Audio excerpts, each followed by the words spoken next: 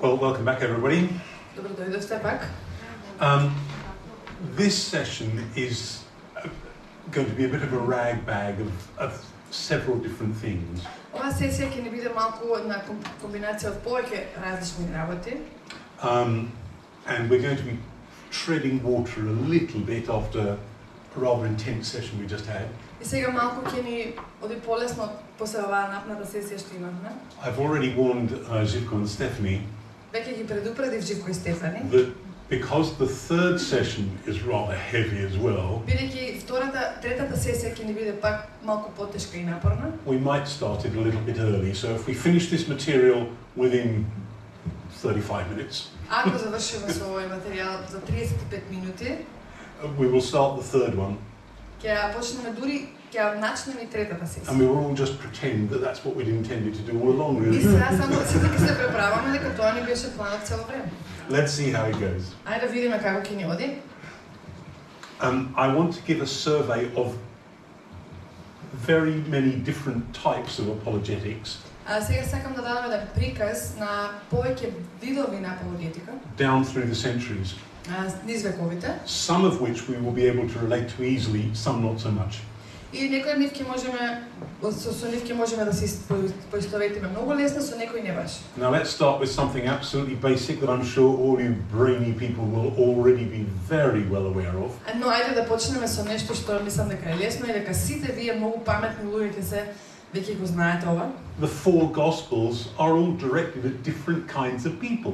Дека 4 евангелија се адресирани или се адресирани кон различни публики. I think that many of you are very familiar with this idea. И јас мислам дека повеќето од вас ви е позната оваа идеја. Matthew's Gospel is directed at Jews. А Евангелието по Матеј е адресирано на евреите. More than any of the others, he makes Old Testament references all the time. Повеќе од било кој друг, тој се враќа и има цитати од Стариот Завет. He emphasizes how Jesus' ministry was directed firstly at Jews.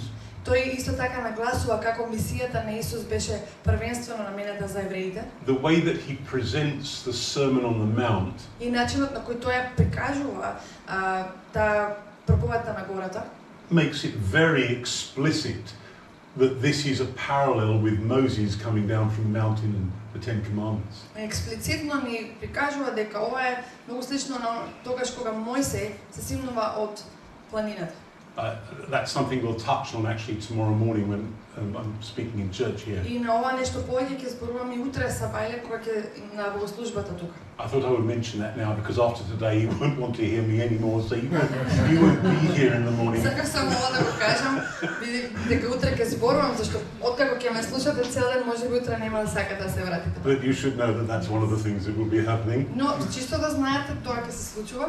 Okay, so Matthew's addressing Jews. Значи Матеј ги адресира евреите. Some commentators have described him as a pleader, someone who's pleading with Jews to listen to Jesus. Коментаторите го опишуваат него како некој кој што апелира или ги убедува евреите.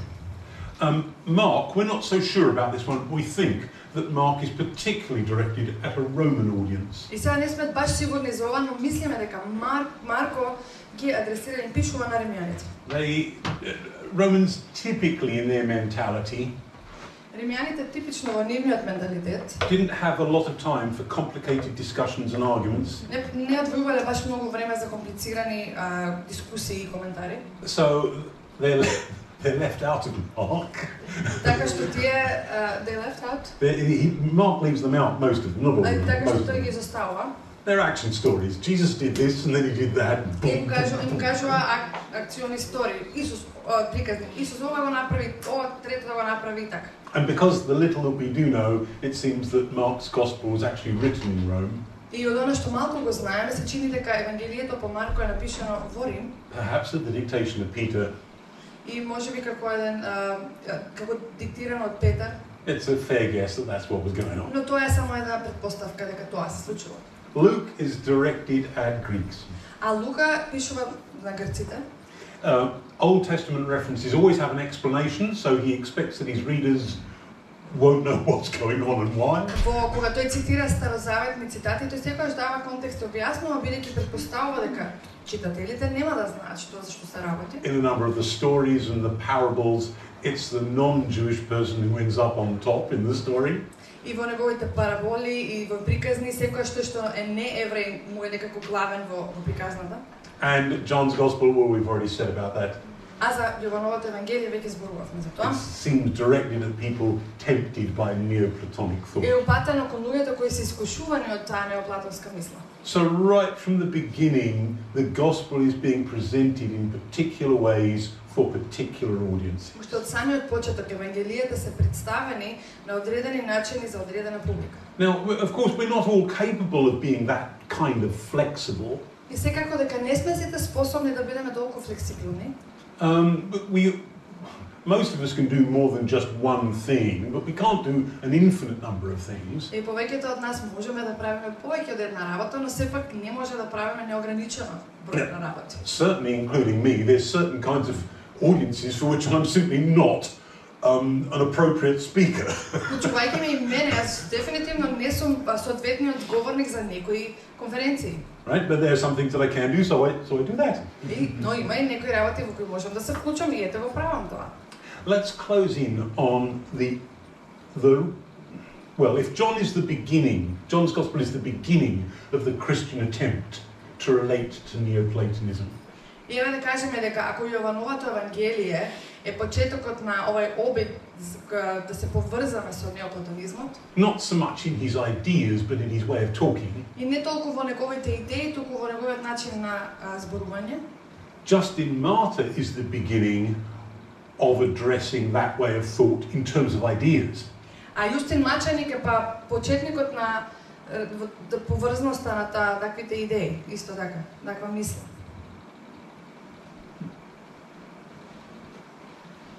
Okay, so we have his approximate dates here. Имаме некои претпоставени дати. He's one of the most important of the early church fathers. Тој е еден од најважните рано црковни отци. He was born in Judea, but he wasn't Jewish. Тој бил роден во Јудеја, но не бил евреј. Probably born to a Samaritan family, we're not sure. Веројатно роден во самаријанско семејство, но не сме сигурни. He was a philosophy student. Бил студент по филозофија. And teacher. И наставник, професор. And having looked at all the different schools of thought, he came to the conclusion that the Christians were right. И кога ги земал во обзир сите школи за мислите, тој сватил, заклучил дека христијанството е правилно. I am not an expert about him. Не сум јас експерт за него. But I'm not quite sure what to think of him. И не сум сигурен баш што мислам за него. He was really good, very heroic. Тој бил многу добар, многу хероичен. Very clever. И многу бистар. I wonder if his Christianity was a little bit too philosophical. И се прашувам дали неговото христијанство било малку префилозофско. I'm not questioning whether he was really a Christian. He clearly was. Не се сомневам дали тој бил вистински христијанин, се гледа дека бил. But in his presentation, it's almost as if the faith is the philosophy of Christ. И во неговите презентации сепак се чини повеќе како да it's the philosophy of Christ, дека се работи за филозофијата на Христос. Which is a problem because Jesus wasn't a philosopher. И тоа е проблем затоа што Исус не бил филозоф. But I think what he's trying to do is good. Но мислам дека она што се обидувал да го прави е добро. He moved to Rome, he taught there as a Christian philosopher. Се преселил во Рим, зборувал таму со христијанските филозофи. And in the end he was martyred along with some of his students. И на крај тој бил мачен и убиен заедно со некои од неговите студенти. But what I want to focus on here Но она што сакам да се is фокусираме, that he is the originator of the argument тоа е тој изворот или изворниот човек на овој аргумент that Christ, the Logos mentioned in John's Gospel, дека Христос, логосот кој е спомнат во Јовановото евангелие, is the same as the Platonic concept of Logos. е истиот со платонскиот концепт на логосот. Now, remember, Neoplatonism, briefly stated, is spirit good, matter bad. И сега да се потсетиме што е неоплатонизмот, на кратко кажано, значи духот е добар, материјалното лошо. it's more complicated than that, but I probably wouldn't understand it either. Малку покомплицирано од тоа, но и јас не би го разбрал нешто подобро. But in this way of thinking, there is this entity, the logos, Но во овој начин на размислување има една единка логос, that is the mediator between a purely spiritual God out there somewhere кој е посредник помеѓу овој духовен бог таму некаде and the nasty material world. и оној гнасниот, нечистиот материјален свет. And Justin seizes upon this И Јустин, да кажеме дека гравитира околу тоа, and the way that particularly the first chapter of John's Gospel starts. а особено во првите глави во Јовановото Евангелие, In the beginning was the Logos, во почетокот беше Логос, and all things, material objects, were made through him. и сите материјални нешта беа создадени преку него. Bingo. Right, we have a way in to the thought patterns of these kinds of people. Значи сега добивме некаков увид во текот на мислата на таквите луѓе. That's a very good idea. Тоа е многу добра идеја. Might even have been right. Може би и бил во право. The trouble is Но проблемот е that is then the starting point for people who come after Justin. Тоа е една почетна точка за оние кои дошле после Јустин. Many of them read Justin and they think, oh, okay, this is how this works. Многу мене што го читале него си помислеле, а добро, значи така стојат нештата. And so that then becomes part of standard Christian teaching. И потоа тоа станува еден стандард во христијанското поучување. And because, as I've already told you, there's this rising tide of Neoplatonic thought for about 300 or 400 years. И бидејќи веќе постоела една растечка неоплатонистичка мисла во неколку века, the next bunch of people to come after Justin Martyr to add to it, go further in this direction. Така што неколку од тие што дошле после Јустин додавале уште ја граделе таа идеја. Now I'm going to mention someone here, and if you know your early church history, that's great. И сега ќе спомнам некого, и ако може би ја познавате добро црквената историја, супер. If you don't, just forget what I'm going to say next, it doesn't matter. Ако не знаете, заборавете она што ќе го кажам, не е толку важно. But if you know who Oregon was, Но ако знаете кој е Орегон, right? Oregon. Yeah, Again? Oregon. I'm not sure that's the name. Oregon. Oregon, do we say? Oregon, yeah. Okay, right. He says that Christianity has nothing to do with philosophy. Тој кажува дека христијанството нема никаква врска со филозофијата. And he didn't realize this, but that's actually hilarious in his case. И тој, иако тој не го разбрал тоа, во негов случај ова е многу смешно. His presentation of Christianity is saturated to a scary degree with Neoplatonic thought. Бидејќи неговата идеја или база за христијанството е толку силно основана во таа неоплатонистичка идеја. To the point where most of us would go, no, you're going too far there, Oregon. И што мнозина од нас би му рекле, немој толку длабоко во тоа, надлегуваш. But then others come along afterwards and add to it and add to it. Но потоа многу други дошле и додавале на сето тоа. And finally we get to the 4th and 5th century where Christianity is totally transformed by this pagan philosophy.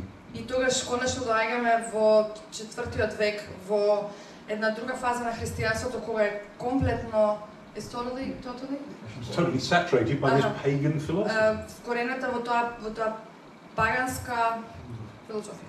Now I'm going to mention something here which I would be much more nervous about mentioning in a Western country. Сега ќе спомнам нешто што за кое инаку би бил многу нервозен ако го спомнам во некоја западна земја. But this is a mostly Orthodox society, so I feel freer to say it. Но ова е едно од најправославните општества, така што имам слобода да си кажам.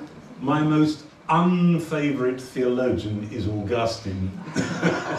Еден од моите најнеомилени теолози е Августин, who has totally shaped Western theology, Catholic and Protestant. кој што целосно има формирано и обликувано христијанската западна теологија, католичка и протестантска. And everybody admires him except me. И сите му се восхитуваат освен јас. and I feel lonely in the West, I would probably come and live here in the Чувствувам много самена на западот, веројатно би се преселам овде.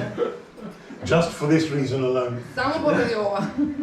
But even those who admire him, Дури оние кои му се восхитуваат, describe him, you look at some of the standard works about him, they describe him as a Christian Neoplatonist. дури оние кои што му се восхитуваат и ги читаат еве неговите познати дела, пак би го опишале како еден неоплатонистички христијански.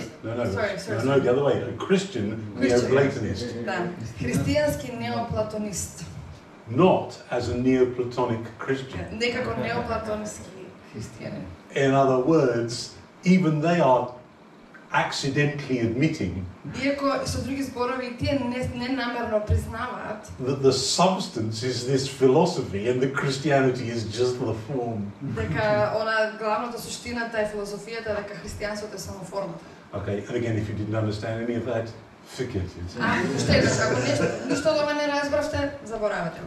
But can you see what happens with apologetics? It starts like this and it builds on itself. Но еве гледаме што се случува со апологетиката, значи станува, почнува од некаде, но се гради и расте на друго место. You and I make an apologetic argument that seems appropriate to this people in this society here. Кога ние правиме некаков апологетски аргумент кој што се чини правилен кон ова општество во кое се наоѓаме. And they become Christians at least partly on the basis that what you just said is true. И тие стануваат христијани деломно базирано на тоа што вие сте им го кажале, веруваат дека тоа е вистина. And it's not untrue. И тоа не е невистина. Well, it sure isn't the whole truth. Но не е цела вистина. Jesus really is the peace child. И секако вистина дека Исус е дете на мирот. But by golly, if you make that the center of your Christianity, Но ако тоа постане центарот на вашето христијанство, things are going to look extremely funny a few years up the road. после неколку години нештата ќе станат доста интересни, смешни и чудни. Maybe it's true that the logos in John's gospel is the same or very close to the Neoplatonic idea of the logos. А може би пак вистина е дека идејата за логосот во Јовановото евангелие е нешто блиско до неоплатонизмот. But if you become a Christian principally on the basis that that is true, Но ако постанете христијанин само на фактот дека тоа е вистина, that the philosophy you already believed in can be squared with this new faith that you're being told about. Филозофијата во која веќе сте верувале може само да биде некако вметната во тоа сега што сте го дознале. Then when you eventually become a leader, you will feel very confident in building on this some more. И кога евентуално би станале вие водачи, вие само ќе си градите во оваа рамка повеќе и повеќе, во тој правец. And again, just to ground this in something much more recent, Но еве да го срочиме тоа во нешто што скоро се случило. those kids that became Christians in the 1970s, Оние што станале христијани во 70-тите, on the basis that Jesus was very radical and would help you with your problems. Врз основа на тоа дека Исус е многу кул и ќе ви помогне со вашите проблеми. What happens when they become the pastors? А што ќе се случи кога тие ќе станат пастори? And that has been driving their Christianity all along. А тоа е она што нив ги терало да бидат христијани или ги држало во христијанството. And all the sort of name it and claim it and therapy stuff, however appalling it may be, however sub-Christian it may be, it doesn't look very surprising after all. И потоа нема што да се чудиме кога има такви секакви терапевтски пристапи и колку и тоа да звучи можеби не христијански, нема што да не чуди, така е. Are you seeing that the things I've been saying from the beginning we need to hold in tension? И како што гледате она што од сам почеток го збориме, мораме да го држиме во пред нас во тензија, да. Apologetics, absolutely necessary. Апологетиката е апсолутно неопходна. And absolutely dangerous. Но исто така апсолутно опасна. Right? Make the apologetic, but then when people have come in, you have to follow it up with everything else. Значи да бидете апологети, но потоа откако луѓето ќе дојдат, морате да го додадете и да го пополните се останатото што е во христијанството. Or you're just creating trouble for the future. Или само правите проблеми за воиднина. For that person, but also for the wider church, because they'll probably become a leader. За таа личност Посебно му и за цела црква, бидејќи веројатно таа личност ќе стане и водач. Okay, we're going to have a lightning fast overview Може малку брзо да се придвижиме. of some other issues that have come up in apologetics in history. Ева за некои други проблеми кои се појавиле во апологетиката низ црквената историја. So this man, St. John of Damascus, he's one of the favourite saints in Eastern Orthodoxy, isn't he? Тој е Свети Јован Дамски, еден од попознатите светци во православието, нели? Particularly for his argument in favour of icons. Бидејќи тој ги изгласал или како ги донел иконите. Excuse me. We'll say more about icons in a moment. И ќе зборуваме малку повеќе за иконите за скоро. But he wrote against heresies, but also against Islam. Тој пишувал против ересите, но и против исламот. Now, Islam had arisen in the early 7th century. Begun in the early 7th century. Исламот имал почнал во 7 век. And after Muhammad's death in 632. И после смртта на Мухамед во 632. Во 632, had expanded dramatically by military means. И тоа многу брзо се проширило како една војска армија. And Syria and much of the Middle East had been conquered from the Byzantine Empire. И така Сирија и повеќе од Блискиот исток станала таква една империја. So John was born in Syria not long after the place had been conquered by the Arabs. И Свети Јован бил роден во Сирија не толку долго после освојувањето на арабите. Now I've included here, and we're not going to look at this closely, but I've included here some of his writings against Islam. So he describes it as the superstition of the Ishmaelites. He's not really trying to win them over, is he? His writing against Islam is more designed to keep Christians Christian. Неговите пишувања против исламот е дизајнирано да ги задржи христијаните да си останат така. I find it hard to believe that anything that he writes here is likely to persuade a Muslim. И јас не верувам дека ништо од тоа што тој напишал е напишано за да ги придобие или да ги in his day, many of the Christians were being persuaded by the advantages of becoming Muslim. И во негово време многу од христијаните биле биле обедувани во тоа што предноста што има исламот. Social advantages, political advantages, and also tax advantages. Социјални, политички, исто така и даночни придонеси. Придобивки што може да ги има. So he describes this as the superstition of the Ismailites. Така што тој ова го нарекува суеверието на исмаилците. It's a forerunner of the Antichrist. Кој што е претходник на антихристот. He's talking here really about Arabs are descended from Ishmael. Така што тој вистина зборови за араби кои се наследници на Ишмаел. They're also called Saracens, derived from Saras Kenoi. Тој исто така ги нарекува сарацини кои потекнуваат од Сарас Кеној. Relating back to Sarah in Genesis. Кој се враќа кон Сара во Битие. They used to be idolaters in Arabia. Тие биле идолопоклонци во Арабија. And worship the morning star and Aphrodite. И обожавале утринската звезда Афродита. Whom in their own language they called Habar, which means great. И на нивен јазик тие нарекувале Кабар, што значи велика или голема. Okay, so next slide. Now that's actually about right. They were pagans before becoming Muslims. Most Arabs. Тоа всушност вистина бидејќи повеќето араби биле пагани пред да станат христијани. But there were before becoming Muslims. Muslimani, sorry. But there were some Jews on the Arabian Peninsula, some Christians, particularly heretical forms of Christianity. Но имало и неколку имало и евреи таму и некаква форма на христијани кои биле еретици на тој дел таму. He talks about how Muhammad encountered the Old and New Testaments. Тој зборува за тоа како Мухамед се сретнал со Новиот Завет. And it seems he had conversed with an Arian monk and then devised his own heresy. И после разговорот со некој аријански монах тој развил ереси. Now, I think many of you know what Arianism was. Мислам дека повеќето знаете што е аријанизам. Briefly, it is the idea that Jesus is a great man but not God. Накратко тоа е идејата дека Исус е многу голем човек, но не е Бог. I mean, this idea is still around, particularly in groups like, say, the Jehovah's Witnesses. И таа идеја се уште постои, посебно во групите како Јеховини сведоци. Okay, but what's interesting is that John, like many other Christians at the time, Но она што е интересно, Јован како и многу други христијани во тоа време, he doesn't understand Islam as a religion, but as a heresy. тој не гледал на исламот како религија, туку како на ерес. And this was because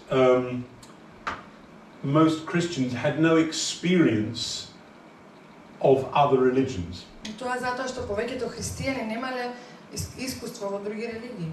Jews they knew about, but Christianity comes from Judaism. Знаеле за евреите, но христијанството доаѓа од таму, потекнува. Paganism they knew about. Знаеле за паганизмот. Right, because there are those in all kinds of different directions geographically. Бидејќи тоа географски кажано постоело во многу различни правци и насоки. But then after that, what was there? Just heresies. Но после тоа што има друго, освен ереси? I mean, the Muslims do believe in God. Муслиманите веруваат во Бог. They make some strange use of the Old Testament. Тие чуден начин го имат употребено и Стариот Завет. An even stranger use of the New Testament. А уште почудно го имаат протолкувано Новиот. But they do believe that Jesus was a prophet. Но тие веруваат дека Исус бил пророк. And for hundreds of years, И стотици години Christians talked about Islam not as another religion, as we now think, but as a heresy. христијаните зборувале за исламот не како друга религија како што сега ние мислиме, туку како ерес. Okay, so this second paragraph here, Вториот параграф. He says that the Word and God and the Spirit entered into Mary. Тој рекол, Словото и Бог и Духот влегле во Марија. And she brought forth Jesus, who was a prophet. И таа го родила Исус кој бил пророк. He says that the Jews seized his shadow and crucified this. И тој рекол дека евреите ја заробиле, ја фатиле неговата сенка и сенката му ја распнале. But the Christ himself was not crucified. Но самиот Христос не бил распнат. Because God, out of his love for him, took him to himself into heaven. Бидејќи Бог толку многу го љубел, си го земал кај себе во небото. And that is in fact more or less what Muslims do think. И тоа е во суштина она што повеќето од нив го мислат и веруваат. And then on the next slide, he describes what Muslims say about Jesus in heaven. Тој опишува она што муслиманите зборуваат за Исус во небото. His father says, his father, that's not what Muslims believe, that God says to Jesus, Дека Бог му вели на Исус. Did you say I'm the son of God and God? Дали ти кажа дека јас сум синот Божи и јас сум Бог? And Jesus says, be merciful to me, Lord, you know I didn't say this. И Исус му одговара, биди милостив кон мене, Господе, ти знаеш дека јас не го кажав тоа. But sinful men have written that I made this statement. Но грешните луѓе напишале дека јас го изјавив тоа. And the next paragraph. But when we ask, И следниот параграф, но кога ние ќе прашаме, who is there to testify that God gave Muhammad the book? кој ќе посведочи дека на Мухамед му е дадена книгата? And Дека Бог му е даде книгата? And which of the prophets foretold that such a prophet would rise up? И кој од пророците предскажал дека таков пророк ќе се подигне? They are at a loss. Тие се во загуба. Now this remains a key weakness of Islam today. И ова останува да биде една од големите и клучните слабости на исламот денеска. I mean, there are all kinds of discussions around the historicity of the Bible. Има секакви дискусии за историската автентичност на Библијата. And we'll say a little bit about those in the next session. И попосле ќе спомнаме пак за тоа. But whatever you think, even if you're not a Christian, А што и да мислите, дури ако не сте христијанин, you must admit ќе признаете that the Bible it claims to be a historical book, and there's a whole load of history around it which we can talk about. Значи за Библијата се тврди дека е историска книга затоа што дури сите историски податоци и докази докажуваат дека е така. And if there are parts of the Old Testament about which that isn't true, most of it, that is the case. Иако има делови во Стариот Завет за кои можеби тоа не е вистина, но во поголемиот случај така е. And that's certainly true in the events around the Gospels and the book of Acts. А тоа секако е вистина околу настаните што се случуваат во Евангелијата. And even better from our point of view, not to be too smug here. И уште подобро од наша перспектива, да не се возгордееме. It all checks out with what we know from other historical sources. So what are you going to do? Се не се потврдува од она што знаеме од други историски извори. Сега што треба со ова да правиме? The Muslims don't have that. А муслиманите го немаат тоа. They have the Quran, Имаат Куранот, not organized in any chronological order. не има организиран по некаков хронолошки ред. And the whole thing was apparently revealed from heaven to one person. И целото нешто им е откриено, да предпоставиме дека откриено од небото на една личност само. And we're not even given any historical details around that. А воопшто нема никакви историски детали околу тоа. You either take it or you don't. И сега или ќе го прифатиш или не. There's no connection between the Quran and historical stuff at all. There is everywhere in the Bible. Нема поврзаност со Куранот и некакви историски докази, а доколку тоа е обратно со Библијата, секаде има историски докази. Okay, so he's touched on a key point there. И сега доаѓаме во клучната точка. Okay, and then he talks about how Muslims accuse Christians of being idolaters. Тогаш ги обвинува како муслиманите се idolaters, богохулници или богопоклонници, не знам. Муслиманите ги обвинуваат христијаните дека се богохулници. Because or associate us because we associate Jesus with God and say Jesus is God. Или затоа што ние кажуваме и веруваме дека Исус е Бог. He says, and we answer them, how is it then? И тогаш им одговараме како тогаш that you rub yourselves against a stone in your Kaaba and kiss and embrace it. Кога вие ќе се допрете до некаков камен во Каба и ќе го бакнете и ќе го прегрнете. Some of them say that Abraham had relations with Hagar upon it. Некои од нив ќе кажат дека Авраам имал односи со Хагара на тој камен. But others say he tied the camel to it when he was going to sacrifice Isaac. А други пак велат дека тој таму ја заврзал својата камила кога одел да го жртвува Исак. And he points out this is all nonsense. It was sacred before there was Islam. И тогаш тој кажува дека тоа е едноставно безсмислица, бидејќи тоа било свето место уште пред Исламот. And it goes back to a time of pagan idolatry. И така се враќа на времето во паганска идолопоклонство. But then a Muslim justification has been built around it with these kinds of stories. Но сега некаква муслиманска оправдување се изградило околу ова. And of course, he is right about this. И секако дека е во право за ова. We need to be just a little bit careful though. Само малку треба да бидеме предпазливи. Because this behavior is very, very widespread. Бидејќи ова однесување е многу проширено и расширено. And you know this part of the Balkans better than anywhere else. А вие го познавате овој дел од Балканот подобро од било кое друго место. Where holy places under paganism became holy places under Christianity. Кога светите места на паганизмот постанале свети места во христијанството. And then were re-rationalized during Ottoman times to be Muslim holy places. И тогаш тие биле рационализирани за време на Отоманската империја, па станале муслимански. And the same thing goes for many festivals. Истото се случило и со многу фестивали или празници. So the Muslims their holy day in the week is Friday. На муслиманите свет ден во неделата им е петок. And so under Ottoman times here we get the emergence of Sancta Veneranda. Тога во некоја време за Отоманската империја се сподигнува некоја Sancta Veneranda. Yeah. Apparently a Christian saint, or more plainly, Saint Friday. И тоа е некаква христијански светец или света недела, свети петок. Света петка, Yeah. Saint Friday, okay. Oh, there we are. Yes. That's it. We have to connect it. So there's the same nonsense going on. Истата безмислица се случува и овде. But actually, this damages the Muslims far more than us. И ова всушност им штети на муслиманите многу повеќе отколку нам. Because as Christians we can say, well, look, this is all folk religion and it's nonsense. И ние како христијани може да кажеме, видете, ова е една празна религија и нема смисла, нема. It doesn't go anywhere near the biblical claims about Jesus. Бидејќи не е ни блиску до оние библиски изјави за Исус. But with the Khabar, it goes right to the beginnings of Islam. Но со Каваз доаѓа баш до зачетокот на исламот. Good one, John of Damascus.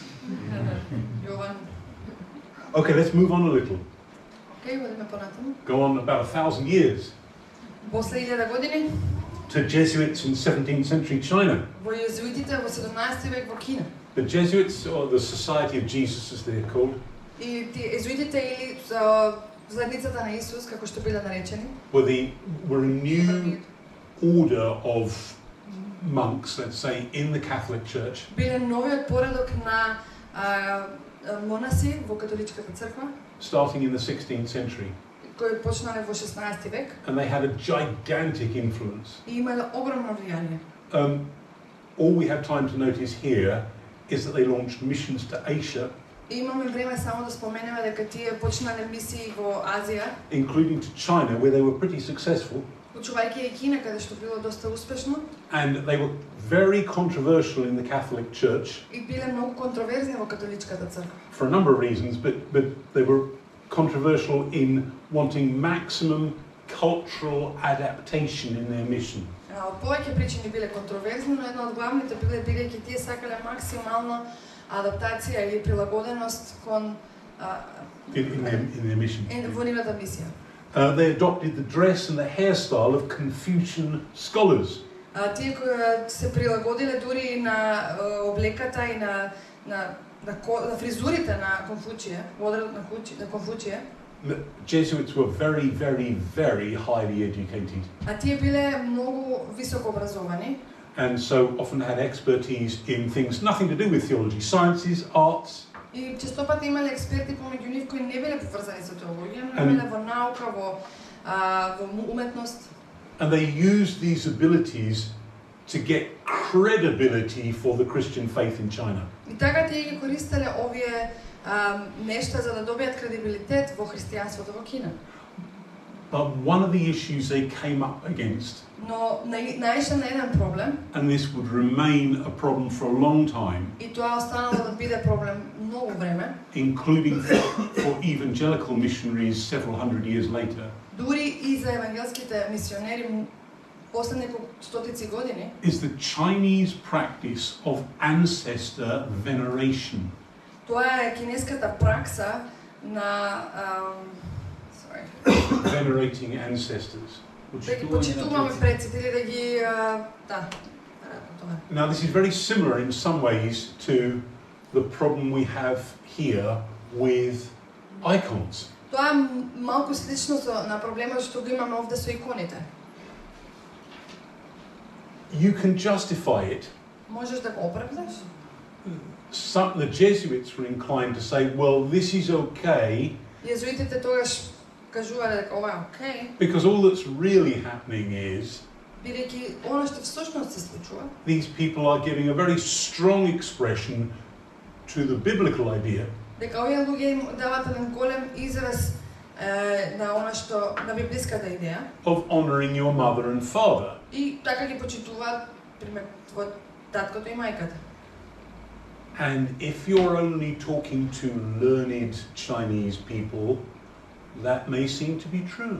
И ако зборувате само со кинези, тоа можеби тоа е вистина. Со паметни учени, образовани. But if you look at what ordinary people are doing, Но на што обичниот човек таму правил, that's not realistic. не е реалистично. It's ancestor worship. Бидејќи тие ги обожавале предците. And those people are going to have to let it go if they're going to become Christians. И така што тие мора тоа да го напуштат ако постанале христијани. And that will be a huge offense in Chinese society. А тоа е огромна навреда во кинеското општество. You're rejecting your family and your ancestors for this new foreign religion. How dare you? Ти ги отврлаш своите предци и своето семејство заради оваа некоја нова религија, како се осмелуваш? This would cause agony for missions in China for several hundred years. И тоа било агонија за мисијата во Кина за неколку стотици години. Not just for Catholics, but for evangelicals as И well. не само за католици, туку исто и за евангелските мисионери. Well, think about how this looks here with icons. А сега да видиме каков е случајот овде со иконите. If you read John of Damascus about icons, Ако читаме Јован Дамаски за што кажува за иконите, you could think, oh, this is okay. тој можеби ќе си кажете па добро не And е actually, ова. even good, Дури добро е, because it defends us against dualism. бидејќи бидејќи е против дуализмот. It's a way of affirming the incarnation of Christ. На некој начин го потврдува оттелотворувањето на Христос. God has come into the material world as a human being, Господ дошол во материјалниот свет како човечко битие, sanctified it, го посветил and made religious art possible. и го направила религиозна уметност да постои. And what is happening when the believer is confronted by icons И она што се случува со верникот кој што ја гледа оваа икона is that they are worshipping God through being confronted by this object. дека тие всушност го обожаваат и го слават Бог бидејќи преку оваа слика, преку овој предмет. And then you go out into the villages and you see people in front of icons, ordinary villagers. И тогаш одиме по селата и може да видиме луѓе кои стојат пред иконите, As I did многу религиозно. some years ago on a walk up in Matka, Како што јас видов пред неколку години кога шетав кај Матка and you look at what's happening, и тогаш видов што се случи and that's not what's happening at all. и не е тоа што сега го кажувавме, друго е. Right? That is idolatry. Е тоа веќе е идолопоклонство. Can you see how there's like a disconnect between the learned understanding of some practice and what's actually going on at the grassroots? И дали можеме да направиме разлика и да видиме која е разликата помеѓу она поучувањето и она правилно, она што го кажуваме како поучување и она што всушност се случува во праксата. And that can make it very difficult for us to decide what approach we should take in presenting the faith to people in this И situation. тогаш што нам ни отежнува работата да одлучиме кој пристап да го земеме кога на некој му ја споделуваме верата. Well, what happened in China Она што се случило во Кина is that later on Franciscans and Dominicans, other Catholic orders, came as well. дека подосна фрањевците и доминиканците и други некои одреди во католицизмот дошле и тие. And they challenged the Jesuits И тогаш тие ги предизвикале језуитите as practicing syncretism. и ги обвиниле дека се синкретисти. Well, yeah, maybe. Можеби. But you know, I think they were always going to challenge the Jesuits. Јас мислам дека тие секогаш ќе ги предизвикувале језуитите. Because our order is better than your order. Бидејќи нашиот одред е подобар од вашиот одред. Lots of clashes inside our churches Има многу судеви помеѓу нашите цркви, that are apparently about theologies. Sometimes they really are. кои што наведум се заради теологија и некои од нив се. I don't want to minimize the importance of theology. It's very Не important. сакам сега да ја намалам важноста на теологијата, многу е We важна. need to get it right. And I would argue with people about theology. Да јас мора да биде правилна и јас сум тој што ќе се расправа со луѓето за теологија. I'm simply pointing out Едноставно сакам да нагласам, that if you look closely, a lot of those arguments ако поблиску погледнеме многу од тие аргументи, are using theology as an instrument of combat rather than the thing that's really being fought about. тие само употребуваат теологијата како еден инструмент или алатка за расправи наместо дека тоа всушност не е правата причина. I should be the leader and not you. Јас треба да сум водачот, а не ти. My religious order is better than your religious order. Мојот религиски одред е подобар од твојот религиски одред.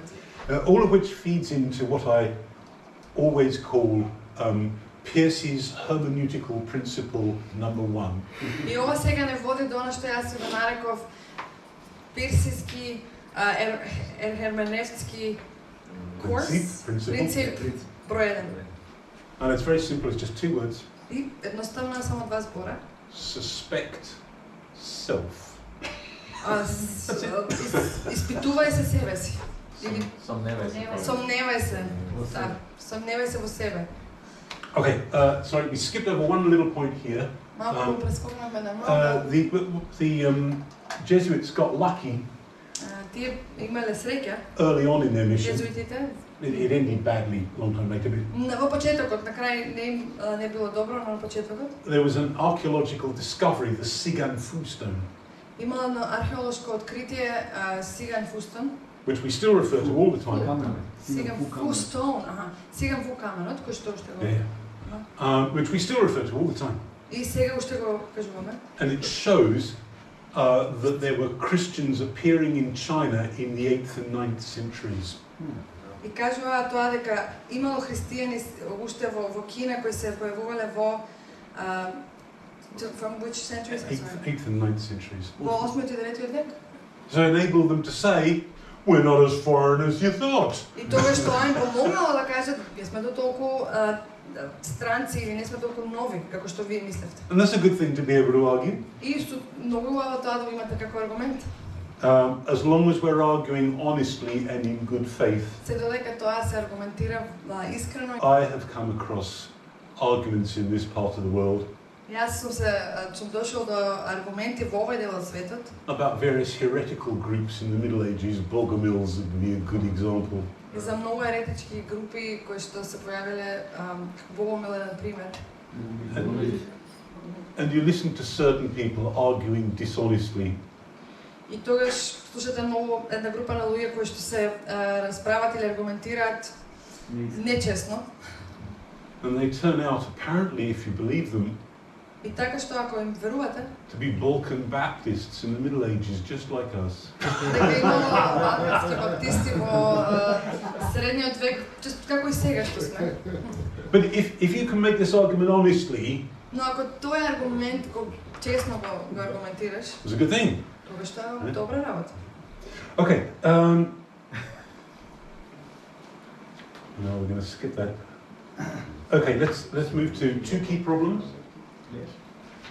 Here we are. Right. Okay, ancestor worship. Is it idolatrous? Славењето на предците дали е идолопоклоничко? Or is it compatible with the biblical command to honor your father and mother? Или е компатибилно со библиската заповед да се почитуваат таткото и мајката? Then there's another thing, the issue of tien as a term for God. Или има уште еден проблем користењето на тиен како термин за Бог. Ritchie, an early Jesuit missionary, Ричи кој бил еден ран језуитски мисионер, he wrote in his book on the true idea of God во неговата книга за вистинската идеја за Бог напишал that this was compatible with Christianity. и тогаш тоа се совпаѓало со христијанството, било правилно. You're taking a Chinese idea and pumping it with Christian content. Тогаш се земале онаа кинеска идеја и ја полнеле со христијански содржини. But a pope in the following century decided Но во следниот век папата одлучил that you couldn't do this дека ова не може така да биде, because this tien was impersonal. бидејќи овој тиен е безличен. A bit like the god of deists, say. Тоа е исто како богот на деистите. Yeah. In contrast to the personal or three-personal god of Christianity.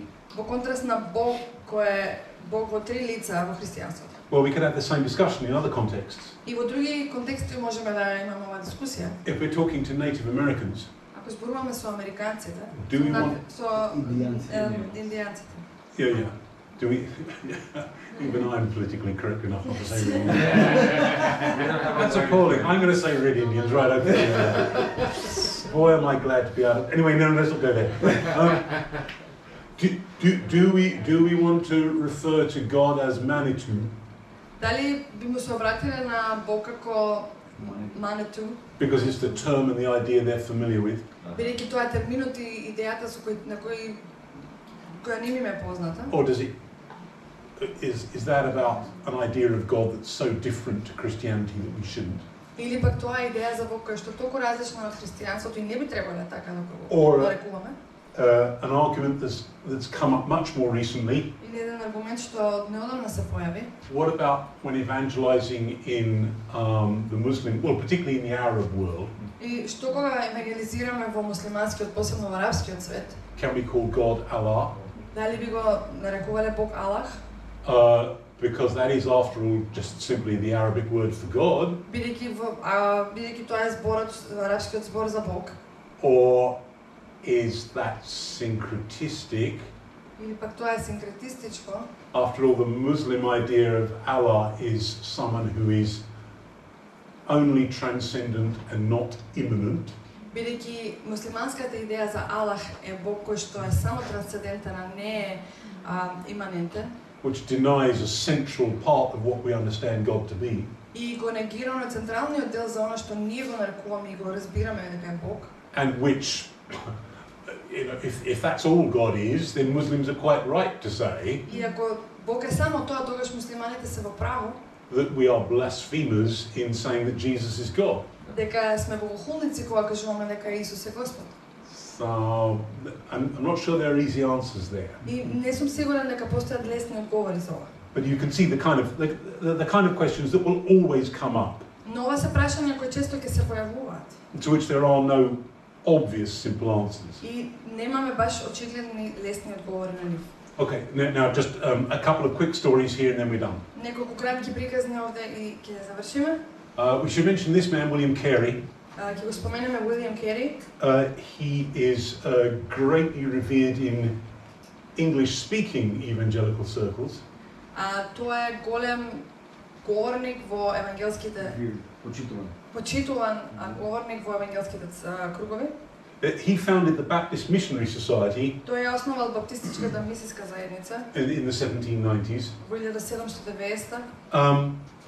And basically kick-started the modern evangelical missionary movement. И така што тој на некој начин го започнал модерното евангелско движење, мисионерско движење. The Anglicans and others copied him very soon. Англиканците и другите многу брзо го копирале него. Because they didn't want those pesky Baptists to get ahead of them. Бидејќи не сакале тие баптистите да бидат пред нив. But here's the great thing about William Carey. Но една прекрасна работа за Кери. He had only the most basic education. Тој има многу основно образование. And the ideas he had about missions are so far-sighted. Но идеите кои што ги имал за мисија биле толку далекосежни. He sought maximum indigenization, making the church native. Тој сакал да постигне на максимална да направи црквата да биде не знам native прилагодување домородните особености. Кон домородните особености. So he worked hard in learning several Indian languages. Тој многу тешко и напорно работел да научи неколку индијански јазици. As soon as he could, he appointed local leaders. И многу брзо после тоа сака да назначи локални водачи. He established a college for teaching, let's see if I can remember this right, for teaching Western sciences and Asian arts and culture. Тој основал факултет за поучување на западни Western science, за западна наука, right, and Asian art and culture. И азиска уметност и култура. And the idea was to bring people in and give them a Christian-focused education. А идејата била да ги донесе луѓето тука и да им даде едно христијанско поучување и образование. There's one embarrassing little story to be told about him. Но има една приказна за него што е засрамувачка. But even this embarrassing story shows that he was really trying to do the right thing. Но дури ова приказна покажува дека тој вистина се трудел да направи она што треба правилно. He made a translation of the New Testament into one of the Indian languages. I forget which one now. Тој го превел Новиот Завет на еден од тие индијански јазици, не ми текнува на кој. And he hadn't checked with anybody while he was making it. И не се посоветувал со никој додека го правел ова. And it was completely unreadable. И било скоро нечитливо. Because he only had a basic education. Бидејќи тој имал само некакво основно образование. And so he was like the kid in junior school. А тој бил како едно дете во средно. Doing his homework in English or German or French or something. Кој што пример пишува домашно по англиски, германски или било кој друг јазик. He's looking up all the words And putting them down. И ги запишува. But the net result doesn't mean anything. Но на крајот резултатот нема никакво значење, ништо не значи. And he'd done the whole New Testament like that and it just had to be thrown away. И така што тој целиот Нов Завет така го превел, но тоа морало да се фрли. But he learned. Но тој научил. And the next time he did it right. И следниот пат го направил како што треба. Okay. We should mention this man, James Hudson Taylor. Ќе го спомнеме и James Hudson Taylor. Who was active about 60, 70 years later. Кој што бил активен после 70-ти години. He founded the China Inland Mission. И тој ја основал линеската мисија. Кинеската мисија. Кинеската. Sorry. He founded it. Founded Chinese. China Inland Mission. Аха. Yeah. Okay. Кинеска мисија. Да, имам тука, ама не знам точно. Кинеска мисија. грешка. Не, да. It still exists actually in a different form. Сега се уште постои во друг облик. It founded hundreds of schools. Тој основал стотици школи. Converted at least 20,000 people to И Christ. таму се обратиле барем 20,000 луѓе кон Христос. And he shocked, he scandalized other expatriates. И тој ги шокирал оние бивши патриоти. Immigrants. Yeah. Sorry. Because he dressed and lived as a Chinese. Бидејќи тој се облекувал и живеел како кинес. Now this was the period of high imperialism.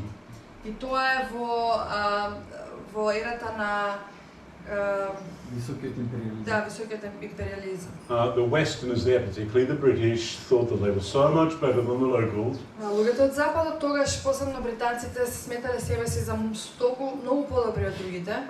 Now, Hudson Taylor, he went along with a particular kind of theology. А Hudson Taylor имал една специфична или конкретна теологија. Some aspects of which we wouldn't agree with now. И со некои аспекти не би се согласиле денес. But what was really good about it Но многу бил добар. was that he did not believe that Christianity was anything to do with Western culture, never mind its superiority. Со тоа што тој бил добар во тоа што не верувал дека христијанството има било каква врска со западната култура или на супериорност. And so this is why he was prepared to shock everybody and just say, look, no, you take the gospel to these people and you go and become one of them. И така што тој така ги шокирал луѓето што му кажувал, не, ќе го земете евангелието, ќе го однесете кај тие луѓе и ќе постанете како нив. And he was an inspiration to many people who came after. Па така што тој бил инспирација за мнозина што дошле после него. Okay, I'm going to finish here with someone who's not a missionary at all. Ќе завршиме со некој што воопшто не бил мисионер. Completely different direction of thought. Имал сосема спротивна насока на мислата. We're going back now to the 18th century Сега пак се again. враќаме во 18 век. This man, William Paley. William Paley. He's active at the time of what we call the Enlightenment. I don't like that term. Тогаш тој бил активен во просветителството. Have I said this to you before? Дали сум ви го раскажувал ова? The Enlightenment is the rise of loads of secular, anti-religious philosophies.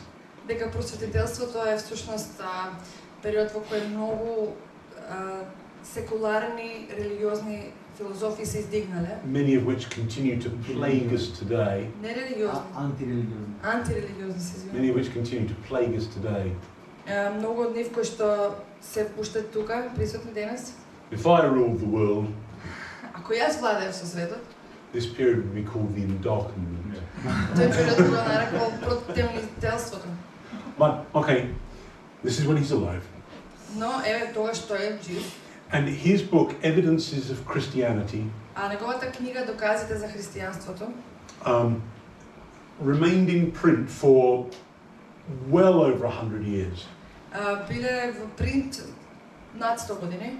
He argued that the adaptations of different species of animals Тој тврдел дека прилагодувањето на повеќе врсти на животни was the visible action of God било видливо дело на Бог, acting through the laws of nature. кој делува преку законите на природата. And he coined a very famous phrase that you've almost certainly heard of. И тој има една многу позната фраза која што сигурно сте ја слушнале. The idea of the watch and the watchmaker. Таа идеја е аналогија за часовникот и за часовничарот. The idea is this. А идејата е следна. If you've never encountered a watch in your life, Ако никогаш не си видел часовник во твојот живот, and you are out walking somewhere and you find one on the ground, и ако се најдеш на прошетка и најдеш часовник на земјата, you would never say, никогаш нема да си кажеш, "Oh, what a strange natural product." колку чуден природен предмет. Just by looking at it, you could see that it has been designed. Со самото првото погледнување на саатот ќе видите дека е нешто кое е дизајнирано. You infer the existence of a watchmaker from the watch. И тогаш ќе си претпоставите дека има часовничар или некој што го направил, само гледајќи го. Even so, says Paley, А дури и тогаш, кажува Пейли, we infer the existence and reality of the creator тогаш ние претпоставуваме реалноста и постоењето на Создателот from the incredibly intricate mechanisms we see in creation. поради едно неверојатно комплексен механизам кој што го гледаме во природата. And although most people don't seriously read Paley today, Иако денеска не верувам дека некој сериозно го чита Пейли, even now the most advanced scientists in the world who are believers и дури и денес оние најдобрите научници кои што се и верници will tell you that they are believers precisely because of what they see in the natural world. Тие ќе ви кажат дека тие се верници поточно, конкретно затоа што гледаат она што се случува наоколу. I'm going to finish with a quotation that has been attributed to various people, and I'm not sure who really started it. Сега ќе завршам со еден цитат кој што се не се знае точно од кого е. Take the first gulp from the glass called science. Земете, земете една голтка од чашата на ладната наука. And this will make you an atheist. И тоа ќе ве направи атеист. Because of course you think these principles explain everything. Бидејќи си мислите овие принципи објаснуваат се. But God is waiting for you at the bottom of the glass. Но Бог ве чека на дното од чашата. Thank you everybody. Right, okay.